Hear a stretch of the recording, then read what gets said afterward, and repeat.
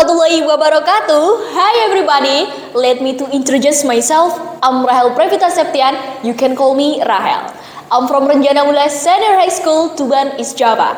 And now I would like to tell you the story of Nuh Prophet. Do you want to hear it? Let's join us. Once upon a time, in the valley of Mesopotamia, southern Iraq, there lived a man with a strong physique and noble hair. He was Nuh, whose full name Nuh Abdul Ghaffar. He was grandchild of Prophet Idris. In the Islamic religion, Nuh was the third prophet after Adam and Idris, who was appointed to be the prophet in the age 480 years. At that time, Allah sent him to the Rasib community who worshipped idols and lived in tyranny. Nuh Prophet invited them to repent their sins. He was very diligent in preaching of Allah's teaching. Various ways have been done, from secretly going to their home one by one or openly speak in front of people. Oh people, leave your idol and return to the right way. Indeed, Allah is the real God. However, only few people that wanted to join his preaching, and most of his followers were poor and unskilled workers. Meanwhile, most of people were arrogant by keeping their ears shut when Nuh preached to them. What are you talking about? Just drop it. It's useless. We will never believe to your God. You are bullshit. Nuh Prophet was patient and never gave up, until one day he was challenged by a Rasib community. Stop! Don't talk anymore. Just prove the power of your God. Bring down for us disaster. Can your God do it? Huh? Can your God do it? Hey, it's impossible. Don't be a daydreamer. Nuh Prophet complained to Allah about their disobedience, until Allah said that will be their 80 followers and there will be no more believers. After Allah's decree was clear, Nuh Prophet asked to Allah, "Oh my God, destroy those disobedient people. They just damage this earth and just give birth disobedient children. May Allah grant every prayer."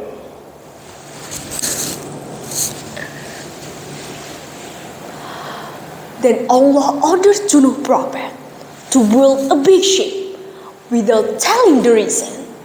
Without doubt, Nuh Prophet and his people built a big ship that made by from wood. At that time, the science of shipping growing rapidly, which was taught by Allah to Nuh Prophet.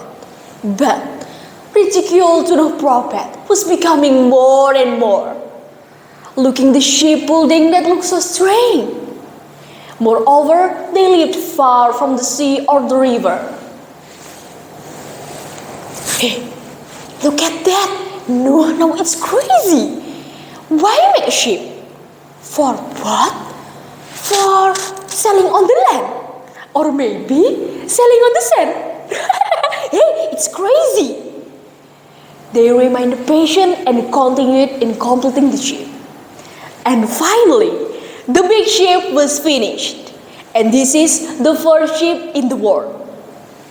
Then Allah ordered to Nuh Prophet to gather the animals in pairs. They were carried with the other believers, but except his wife and his child, Canaan. Meanwhile, the sky turned dark, the wind blew very strong, and the thunder roared so hard, and it rained so heavily. Quickly, the water flooded the earth, and it destroys the house, trees, and of course, disobedient people. Where did food come from? No! Oh! Help me! Help me! Help me! Help me! No prophet looked around. This was already flood. He saw his son that saving himself on the hill. Because his love just for his son, no prophet invited him to come to the ship, even though his son didn't want to believe his teaching. Dear my son, come to the ship. Nobody can survive from this disaster. Come on! No prophet shouted, but his son refused it. No, Dad, I will never follow you. I just climb this hill and I'll be safe. Suddenly, the big wave hit the hill, and Canaan was disappeared. Looking his son that was destroyed by Allah, Nuh prophet was so sad and never stopped begging forgiveness. Nuh prophet was patient and accepted in Allah's decision. After several days, the rain stopped, the water receded, and the ship landed.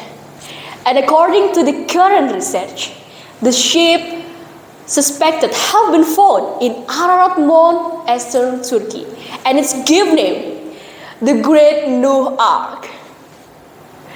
The story of Nuh prophet teaches us that associating partners with Allah and disobeying his prophet are great sins. It will make people will be punished with misfortune in this world, and it will be tortured hereafter. Okay, ladies and gentlemen, that's all from me, Rahel Pravita. Thank you for your watching and see you next time. Wassalamualaikum warahmatullahi wabarakatuh.